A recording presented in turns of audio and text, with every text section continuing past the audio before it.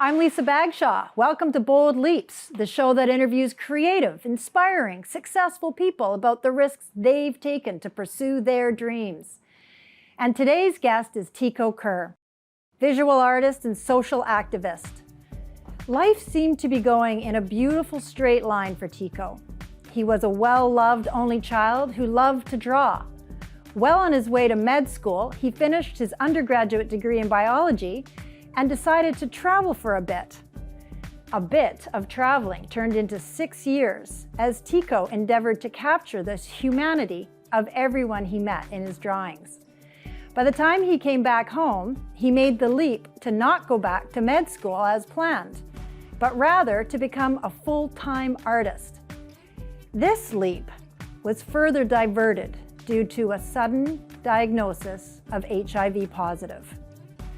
What I wanted to know was, how did the diagnosis change his mindset about his art and his life? Welcome, Tiko. Hi, Lisa. Welcome. Well, I shouldn't say welcome. Thank you. Welcome to my studio. Thank you for having us into the famous Tiko Kerr studio. This is an iconic moment for me. I'm honored. Thank you. What a story. Let's get into it. Okay. So it seemed like life was sort of going in a straight line. Life was grand. You were drawing a lot. You were free. You had decided to not go back to med school, and you decided to be a full-time artist. You had all the time in the world. How did getting the diagnosis change your mindset about your new plan of being a full-time artist? Well, I have to be reminded about the context that was happening at that time. When I seroconverted in 1985, the world was an angry, afraid place. And getting a diagnosis of not long to live in a community where people were really angry and blaming of people in my situation, it was desperate. And so I was motivated primarily because I didn't think I had much time to go. So I just wanted to get down to work and make long, hard, fast artistic choices. And what does that mean, hard, fast artistic choices? Not to second guess myself too much, to really really get into my work up to the elbows and really commit myself to pushing myself hard and deep and not think too much about the consequences. So would you say that it was sort of a mindset shift prior to the diagnosis, what you're thinking about being an artist, and after the diagnosis? Did you? Absolutely. Yeah. Can you tell us more about that? Well, I think anyone who's faced with any sort of mortal challenge realizes that time is not forever. And it's actually an empowering thing to know that I'm here now. Let's see how we can really use this time. And that was what motivated me. And so you would come into your studio and have a different attitude about your art? Did you have a studio at that time? Yeah. I did. Actually, the studio that we're in primarily. But I got down to showing up every morning at 9 o'clock, and I'd be gone at 4 in the afternoon, 6 days a week, like banker's hours. I would never answer the phone. I would never be distracted. I'd just go as deep as I can to the materials, to commentaries on things that were happening in my life or in the social context, all kinds of things. I was never without anything to talk about in my work.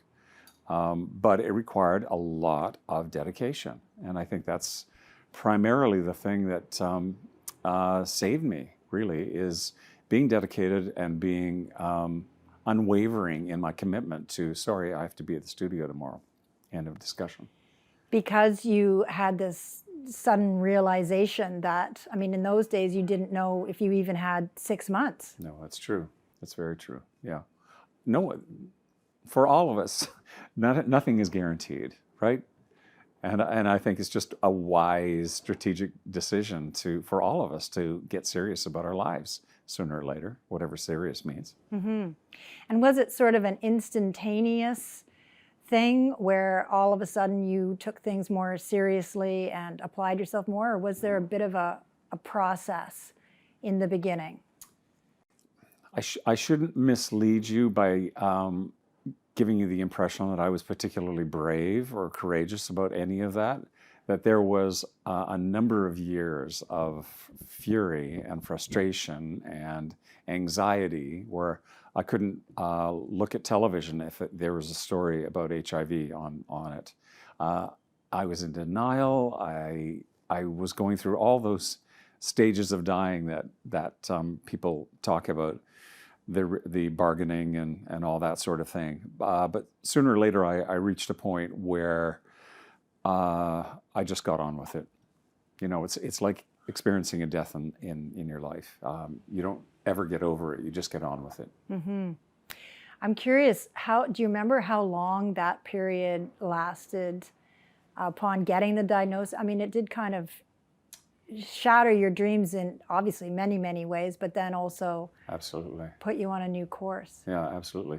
And of course, you know, being an only child, I never did tell my parents who passed away, but they never knew. I knew that it would hasten their departure.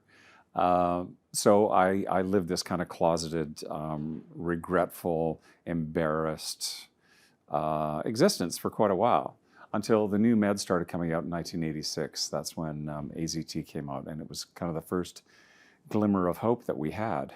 But unfortunately, at that time, I'd lost everybody in my circle, past companions and boyfriends and cousins, and they were all gone. And by some miracle, I was able to hang on long enough to get these new medications, which became another series of medications. So that actually over the past 35 years, I've been through probably 60 different medications that have all been cutting edge, and that usually will peter out, and then another one will kind of carry me forward. Mm-hmm. So it's been, my husband and I have been together 36 years, and for 35 years of that has been with HIV, and it's almost like we have this third entity that's always been in our relationship.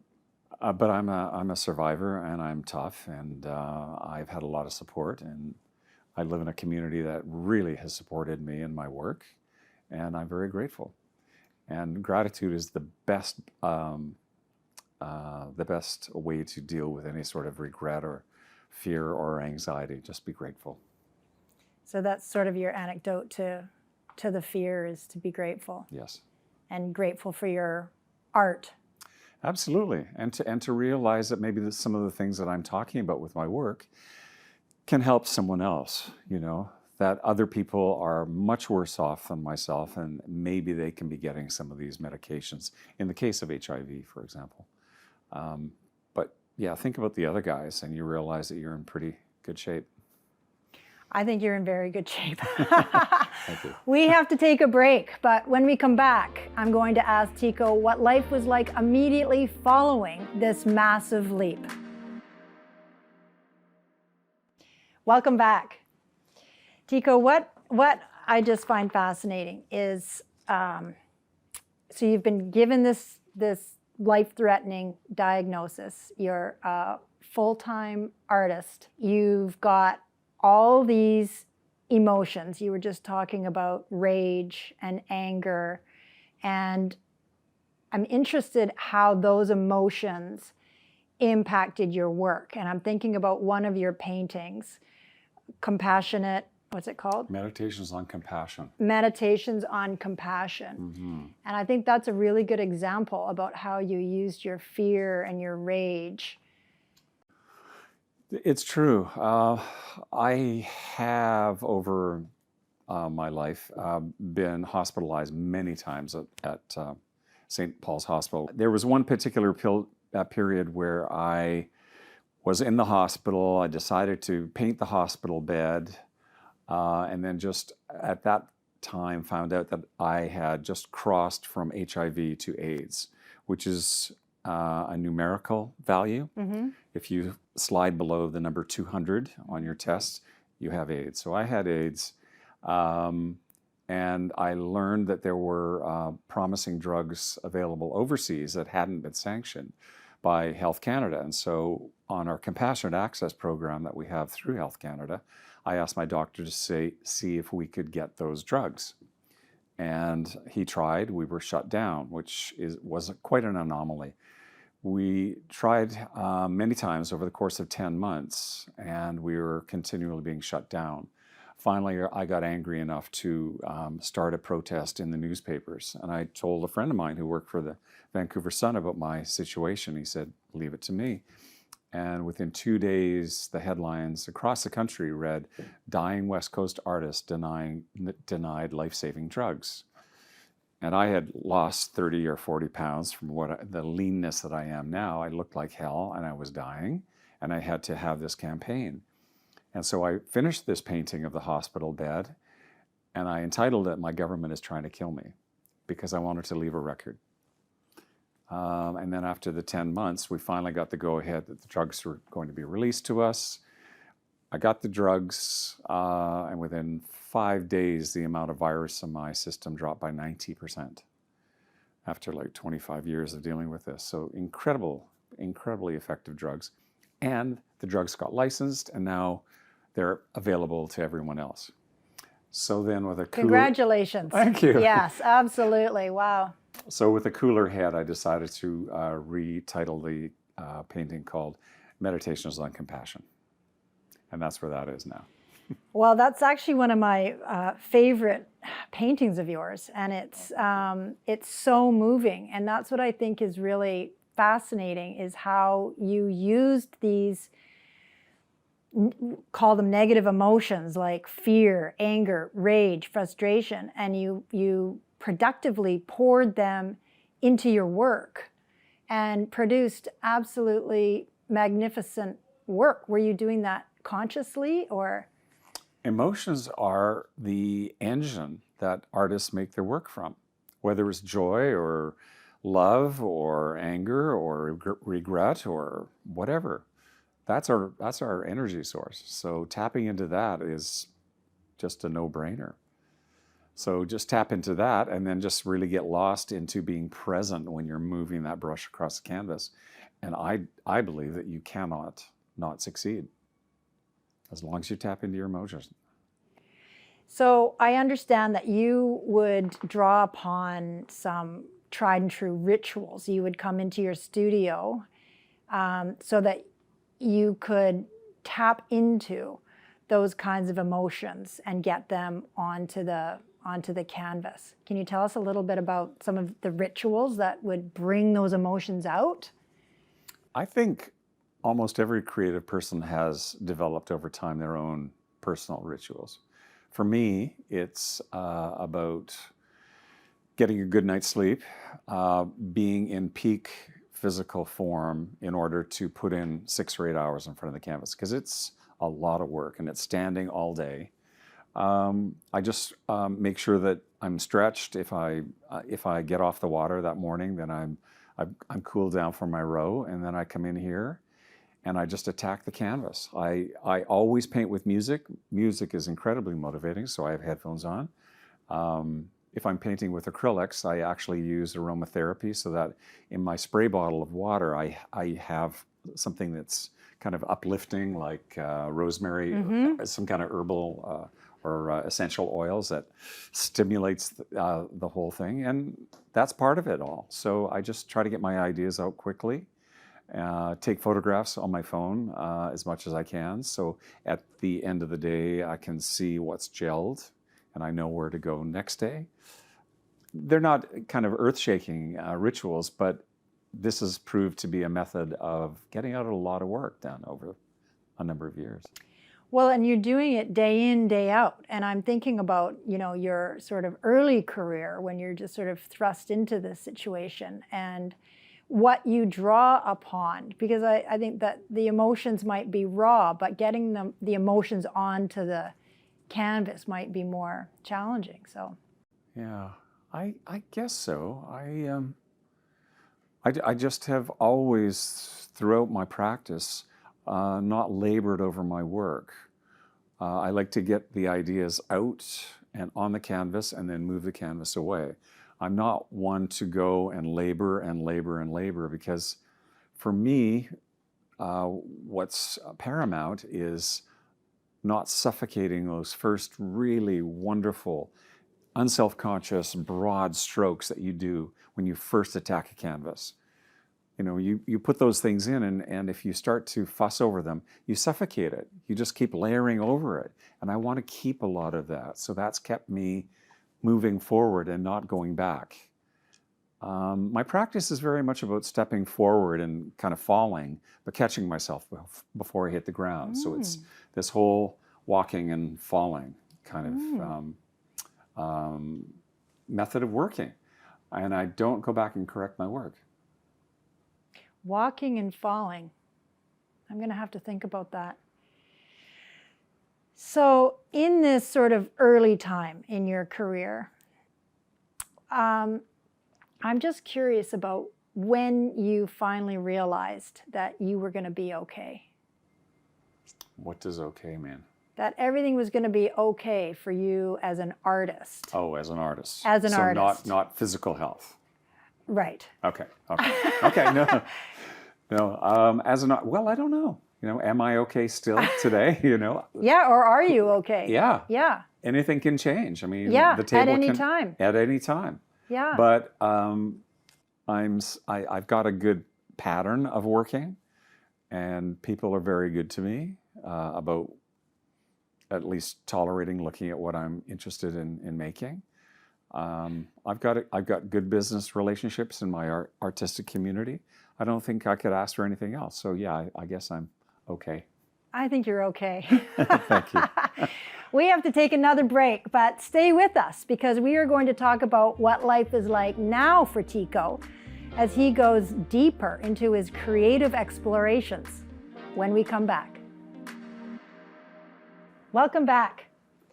Tiko, before we go into this next segment, I just want to ask a little bit just quickly about the walking and falling. Can you just describe what that means? I believe that our lives is a repetitive process of taking a step forward and starting to fall. But before you actually fall, your other foot zips out front and catches you in time. So life is just a series of walking and falling and catching yourself before you fall. And it's very much like that in my artistic practice as well. But I think it's a metaphor that can be used for our lives in general. That is so fascinating. I'm going to have to think about that. Okay. But I also want to get into what I've really noticed about your work is you went from the uber successful sort of wobbly landscapes that everybody absolutely loved. And then you, about 5-6 years ago? Quite a bit. More than that? More than that, I think. Yeah, maybe even 10. Have been on a fascinating creative exploration with your work, doing collages and more abstract work. And I'm wondering, what is fueling this resurgence, maybe not even resurgence, but what is fueling the exploration?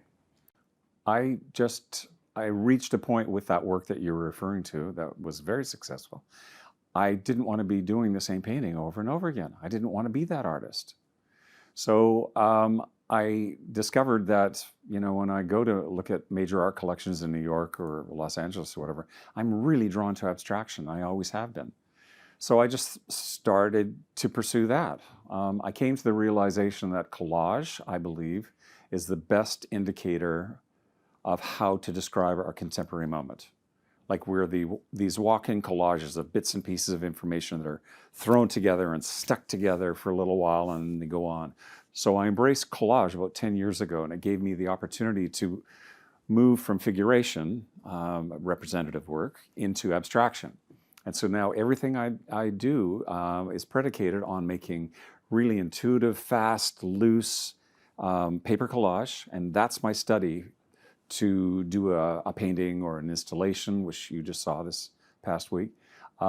So I've come to the realization that an artist has one job, and that's just to keep growing, just to keep challenging himself. And if I'm not facing fear, and if I'm not facing the unknown and challenging myself, then I might as well not be an artist. That's what I wanted to know. So do you feel like you are facing fear when you're doing, yeah? Absolutely. Yeah. And there are all those things like you don't want to ruin something that's perfect, or these are all the fears that happen in your day to day. And you just got to realize it, just throw it aside and just keep pushing it, keep falling forward. Well, I could talk to you about this on and on, but one thing I want to get to is what advice would you give people who are too afraid to pursue their dreams? Life is short. Just do it. Just do it. Make something and then even promise yourself that no one will ever see it, but make it, right? In kind of crossroads of my development in styles or whatever, I'll just make bodies of work where I tell myself no one will ever see these things, and it kind of takes the onus off worrying if someone's going to judge it or not. Make something just for yourself. Do something just for yourself, or even better, do something for someone else. That takes the onus off you and yourself. How do you mean for someone else? Do it for someone who could use the help or the inspiration, or, you know, as they say, if you want to help yourself, help someone else first. So as a gift? As a gift. Well, Tiko, I think you're a gift. I think you're a gift to the world at this time. Your work is so necessary. I love following your work. Your recent work is really fascinating, and I just want to say thank you for everything that you have done and everything that you are, and thank you so much for being here. Thank you. You're very kind. It's lovely having you here. Thank you. Thank you. And that's another episode of Bold Leaps. Join us for another inspiring story. Special thanks to our sponsors. Check us out on YouTube and social media. Tell us your bold leaps in the comments. And remember, every step you take is a step toward your dreams.